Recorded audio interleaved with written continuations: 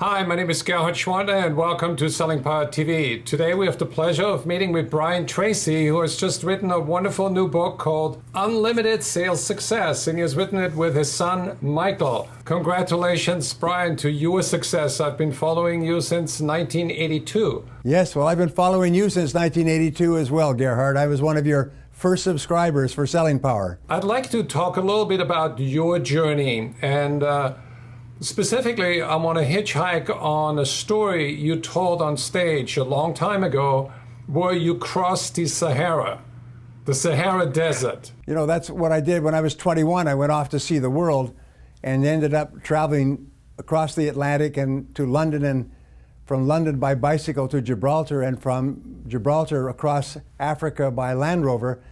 And it's very much like selling, by the way, or starting a new business. Is you have no idea what you're getting into when you begin. You have more difficulties than you could possibly imagine.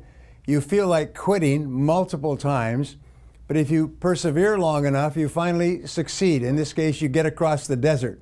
And I've written about this extensively, but the vehicle, the Land Rover that we bought, was used in Gibraltar, had never traveled outside of Gibraltar, which is a very small little town. Once we got out onto the open road and actually into the desert, it just fell apart. And we had to actually make repairs to it in Algeria, and halfway through the desert, and get parts from here and parts from ruined vehicles, and most amazing situation. But once it was all done, we learned that if we had not had all of those problems prior to starting across the desert, we would have perished. We would have died in the desert. The second thing that happened was that the desert was much, much larger than we thought. It was 800 kilometers with no water, not a blade of grass, and we were not properly supplied. But by the time we actually started across the desert, we had learned what we needed, and we had enough water and enough food for the crossing. And again, the parallels, Gerhard, in life, it's the same thing with a sales career or a business or anything else, is when you start off, you make an enormous number of mistakes, and later you realize it was the mistakes that you had to make that were responsible for your success later. And also, you have to constantly be resupplying. The key to his success is to continually learn and upgrade your skills. Get new information, is continue to study and try new things, especially in our world today. If you're not a lifelong student, then basically you will be passed by people who are lifelong students. You were the one who talked many times about the difference between somebody who is committed to learning on an ongoing basis and reading and spaced repetition, and people who just go and make it up as they go, and then they don't learn anything new, and they're running in circles, and they wonder why they don't achieve higher levels of success. Gary Becker, the Nobel Prize winning economist at the University of Chicago, did a detailed study, and he's really into entrepreneurship and free enterprise. He just died a couple of months ago. But what he said was that the 80-20 rule applies in our society. We don't have an income gap, we have a skills gap. Is that the people with the skills are in demand and are constantly being bid up in terms of their income. The people at the bottom 80%, their skill levels have flattened out many years ago. The bottom 80% of people will work in their first year to learn their job to a satisfactory level, and then they'll level off like a plane in flight, and they will never improve. Never read a book, never take a course, never improve. So that 10 years after they started their job, they're no more productive than they were after 1 year. And somehow nobody has taught them the connection between their income not going up and their productivity not going up. People in the top 20%, which is what I focused on all my life, their income goes up an average of 11% per year, even in recessions. We've had a lot of discussion in the newspapers about the 1% versus the 99%. Well, it's actually the 3% versus the 97%.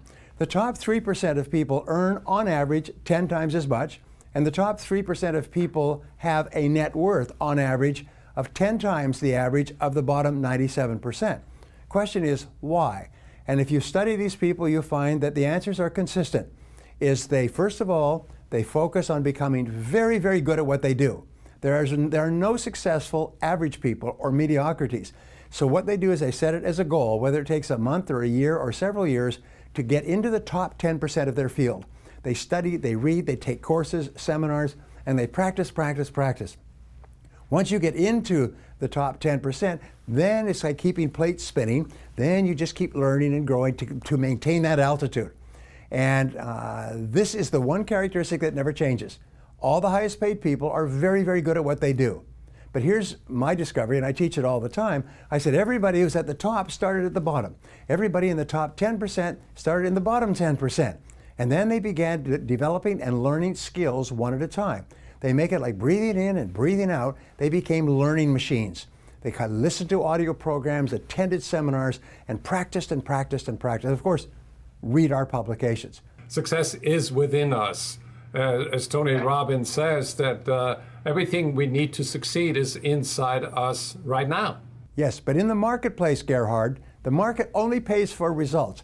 Sometimes I will ask an audience of managers or leaders, I will say, how many people here work on straight commission? And of course there's silence in the room and maybe one or two people will hold up their hand. I'll say, well, the fact is that everybody works on straight commission. Everybody gets a percentage of the value that they create. If you want to earn more money, create more value. Absolutely. In other words, get more results that your company will pay you for by upgrading your skills and focusing in those areas where you can really make a difference. This is not positive or happy thinking. This is hard, hard work.